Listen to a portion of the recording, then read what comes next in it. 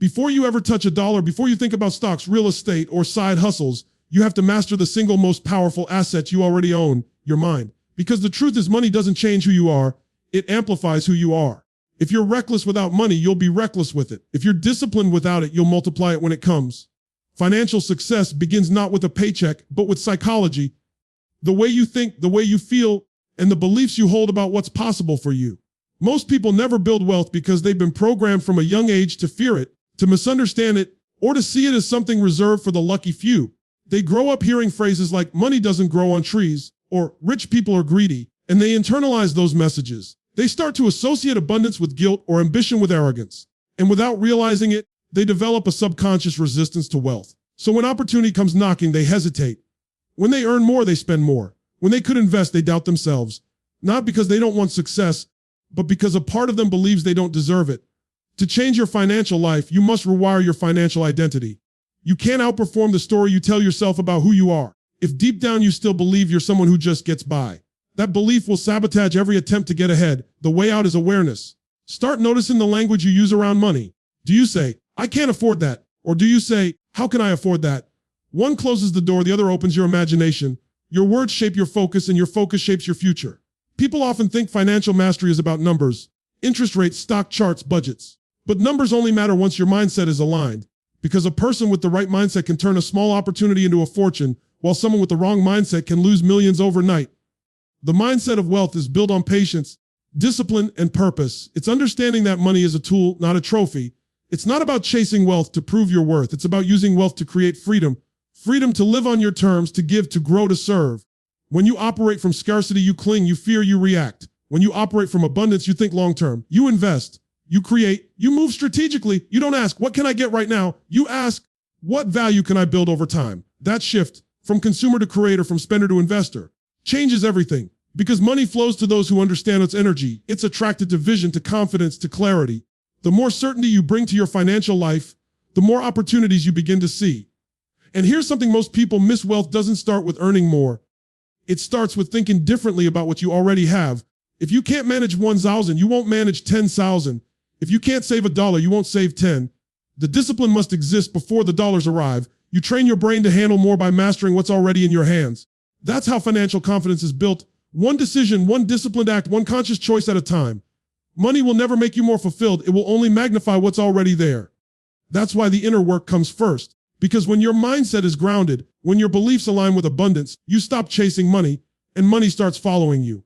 Let's talk about one of the simplest yet most powerful principles in the entire world of finance. Spend less than you earn and invest the difference. It sounds almost too basic, right? Too ordinary to be the foundation of extraordinary wealth. But here's the truth: simplicity is power. It's not complexity that builds wealth, it's consistency. The people who create real financial freedom are not necessarily the smartest or the luckiest. They're the ones who respect this principle and apply it relentlessly, no matter how much they make or how uncertain the world becomes. See, we live in a culture obsessed with appearances. Everyone wants to look rich: the car, the clothes, the vacations. But very few want to be rich. Being rich requires patience, delayed gratification, and vision. It means saying no to what looks good today so you can say yes to what matters tomorrow. And that's where the real discipline comes in, because your brain is wired for instant reward. The moment you earn money, that dopamine rush tells you, spend it, celebrate, you deserve it. But the people who rise above average financial outcomes are the ones who learn to pause and redirect that impulse. They realize that every dollar can either be an agent of freedom or a prisoner of emotion. Money is energy. It flows toward intention and clarity. When you set aside a portion of what you earn and invest it, you're essentially directing that energy into your future. You're planting seeds that will multiply over time through the power of compounding.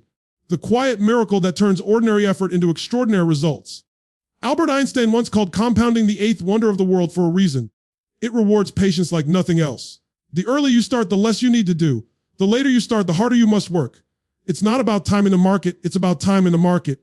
And this is where most people get stuck. They think investing is about picking stocks, beating the system, or getting lucky. It's not. It's about consistency and mindset. You invest not just to make more money, but to train yourself to think long-term, to trust the process more than the outcome. Because when you start putting your money to work, something shifts inside you. You begin to see yourself as the creator of your future, not a victim of your circumstances. Every time you choose to invest instead of spend, you're voting for your future self over your present comfort. And over time, those votes add up to freedom. Now let's address a common lie people tell themselves. I'll save when I make more. No, you won't. Because if you can't save 10 out of 100, you won't save 100,000 out of 10,000. The habit matters more than the amount. Wealth is not built from income, it's built from behavior. You cannot earn poor habits. You must cultivate the discipline first. The automatic habit of saving, the automatic act of investing. Once it becomes part of who you are, not just what you do, wealth creation becomes inevitable. There's a quiet confidence that comes from living below your means. You stop being enslaved by your lifestyle. You stop needing to impress anyone. You begin to operate from strength, not stress. And that confidence spills into every other area of your life. Your relationships, your creativity, your sense of purpose. Because when you're not constantly chasing, you finally have the space to build. You don't need a higher income to build wealth. You need higher standards for what you do with the income you already have. Every dollar you save and invest isn't just money. It's a seed of freedom, a silent promise that your future will not be dictated by chance, but by choice. Debt, it's one of those words that can instantly shift your energy. For some people, it's a tool. For others, it's a trap. But here's the truth, debt in itself isn't evil. It's neutral, it's energy, and like all forms of energy, it depends on how you use it. The problem is most people never learn how to use it wisely. They don't control debt, controls them. They trade their future peace for present pleasure. They finance emotions, not opportunities. And before they know it, they're working not to build wealth, but to maintain the illusion of it. You see, there are two kinds of debt. The kind that builds you and the kind that bleeds you. One expands your capacity to earn more. The other contracts your ability to live freely. Good debt leverages your potential. It helps you acquire assets that grow, like investing in your education, starting a business, or buying a property that pays you back. Bad debt, on the other hand, feeds impulse. It buys liabilities that drain you, things that lose value the moment you own them. Most people are drowning in the second kind because they never learned to separate wants from worth. We live in a world where marketing has mastered human psychology. Every ad, every social post, every limited offer is engineered to bypass logic and target emotion. You're not buying the car, you're buying status. You're not buying clothes, you're buying validation. And when emotion drives spending, debt becomes the inevitable consequence. But here's the irony. The things we buy to impress others often end up imprisoning us. You can't feel powerful while you're in financial chains. Every time you take on unnecessary debt, you give away a piece of your future freedom. The key to mastering debt is awareness. You must ask yourself before every major purchase, is this going to make me money, or is it going to cost me peace? Because the most expensive thing in life isn't the price tag, it's the stress that comes after. When you're constantly worried about payments, when your mind is cluttered with financial anxiety, you can't think creatively. You can't take calculated risks. You can't grow. Financial stress is not just about numbers. It's psychological. It limits your capacity to dream and to act. The financially free person understands that discipline is greater than desire. They delay gratification not because they enjoy restriction, but because they value freedom more than comfort. They see every financial decision as a vote for independence or for enslavement. Taking on debt isn't just borrowing money, it's borrowing time, borrowing peace, borrowing flexibility. And if you're not careful, you'll spend the best years of your life paying back moments of impulsive pleasure. But there's another side to this. Used intelligently, debt can be a lever. It can accelerate your growth. When you borrow to build something that generates cash flow, when you use leverage to scale an idea or acquire appreciating assets, debt becomes a strategic ally. The key difference is intention. Are you using debt to buy growth or to buy gratification? Because one multiplies your future, the other mortgages it. Financial power is not about avoiding all debt. It's about mastering it. It's about understanding the psychology behind every purchase and making choices aligned with your long-term vision, not your short-term emotions. Freedom doesn't come from having more. It comes from needing less and controlling what you owe. At the end of the day, the goal isn't to live without debt. It's to live without dependence. To reach a place where your decisions are driven by purpose, not pressure.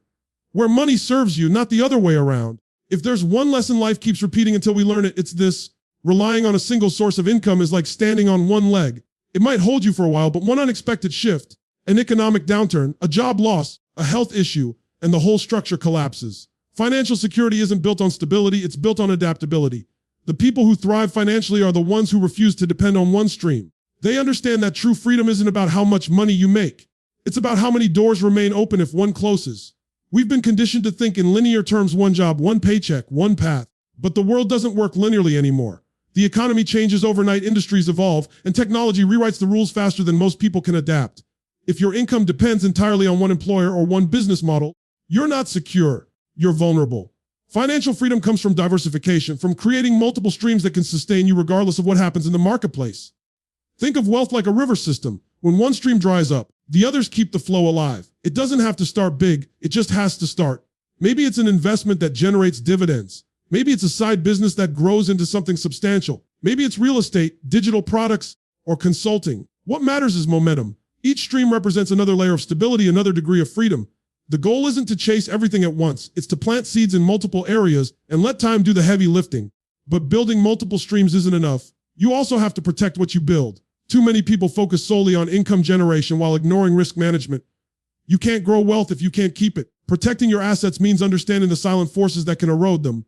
Taxes, inflation, poor planning, or lack of insurance. It means being proactive instead of reactive. Most people wait for crisis to teach them what preparation could have prevented. The wealthy don't think that way.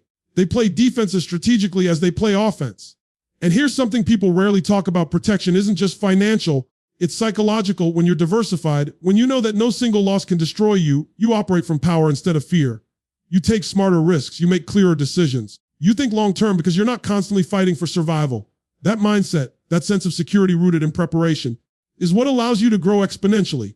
Now let's talk about something deeper.